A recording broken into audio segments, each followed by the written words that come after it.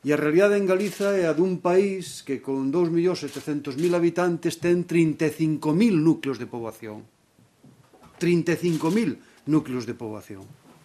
É evidente de que nós estamos a facer un grandísimo esforzo para crear unha rede pública de servizos sociais, composta de centros de día, de centros sociais, de residencias, pero admitimos xa dende a partida de que nós non vamos a ser capaces, nin tampouco penso que fora ideal, vamos a ser capaces de poder facer un centro de día en cada parroquia de Galiza.